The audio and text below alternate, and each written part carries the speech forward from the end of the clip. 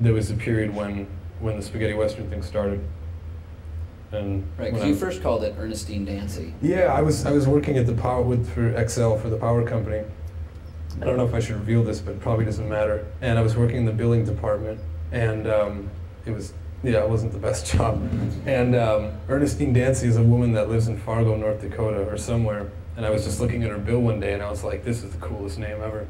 So I needed a name to play under, and that was it. Right, you had a gig booked. I think it was an Auto Pelota gig, and, yeah, the guys couldn't do it, and you were like, I'm going to just do it solo, and my name is... Ernestine Dancy, which is ridiculous. And then... I said, what?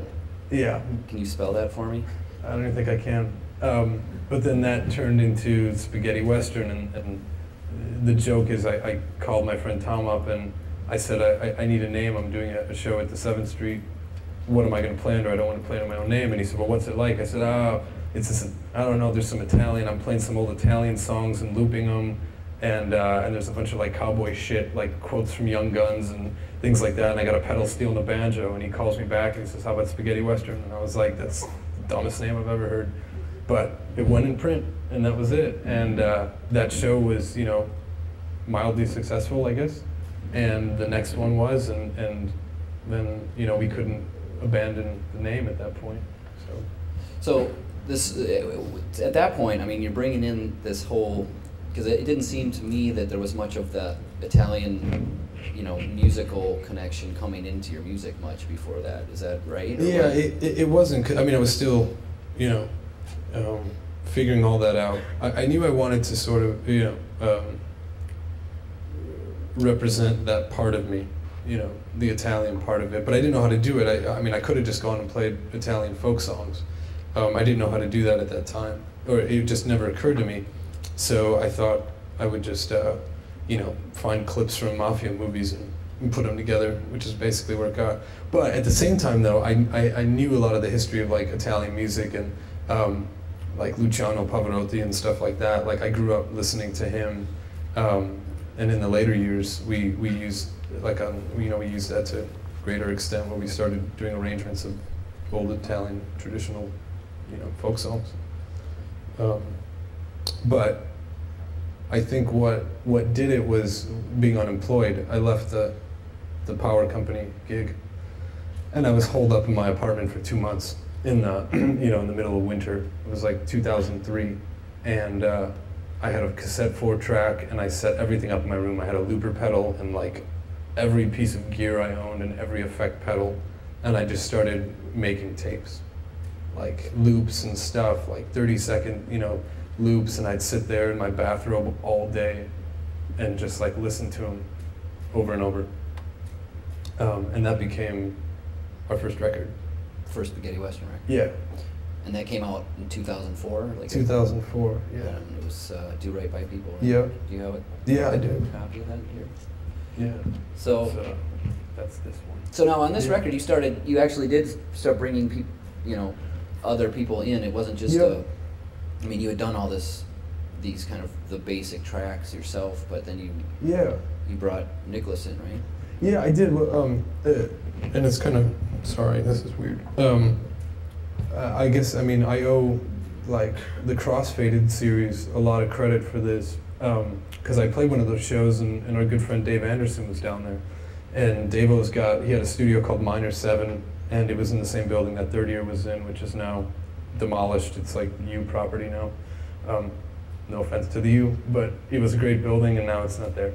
But anyway, he came down at a show, and he said, I have a studio, I want to record you. And I was like, sure, let's do it. I don't have a cent to my name.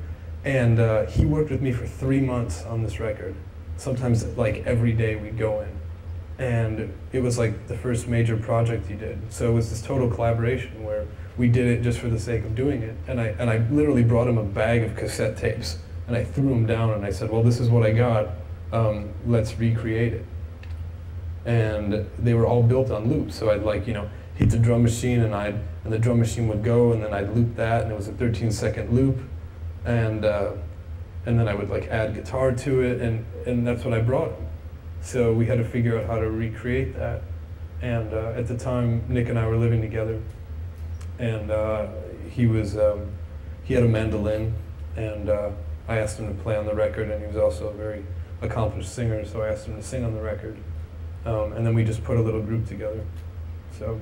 For playing live. Yeah. So that was kind of the end of you doing the solo looping. Yeah. But I think we have there's a cassette here of one of the songs on this record called P. Sellers. Peter Sellers was like, I loved all the Pink Panther movies shot in the dark. Like, he was a big influence on me, like, as an actor when I was a kid. But we have a clip, there's a clip of me in the bedroom working this song out. Okay. So it's really rough. Like, you know, I had like a $99 4-track. So what are we hearing on here? What instruments? You're hearing a Univox drum machine I bought on eBay for $75. It's like from the early 80s.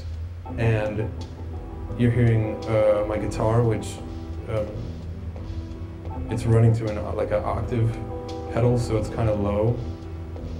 And you're hearing this organ, this really cool, like, you know, Hammond kind of sounding organ. And that's the sound you're hearing. And then what I'm doing with the drum machine is I'm starting and stopping the beat. And this drum machine, it's got like rock 1, rock 2, rock 3, rock 4, bossa nova, rumba. You know, it's like super, like, preset simple. Rhythms, yeah, totally preset. So I'd like press 1 and then, you know, I'd record it. And this one was tentatively titled Dark Airplane Shit.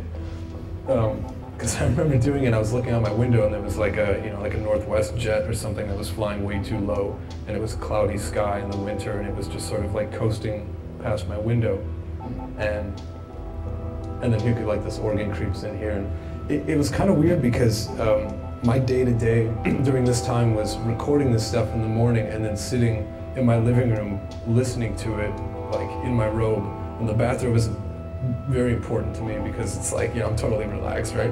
So I'm just sitting there in the robe looking out the window and like listening to this over and over for like 20 minutes. And it was great because I was like, wow, look what I just made. And if you don't put it on the cassette tape, the second you record something else on the looper, it's gone. And that's it, it's gone forever. So I love that about the live shows, where when I would try to recreate these songs, they'd be totally different every night. There's nothing like stored. You know, it's just everything, you just recreate it. So sometimes the organ's a little out of tune, or the guitar's not right, or I can't get the drum beats lined up. And that's just the way it goes. It's sort of... So why don't we turn up this Dark Airplane for a second? I want to hear a little more of this. Oh, please, yeah.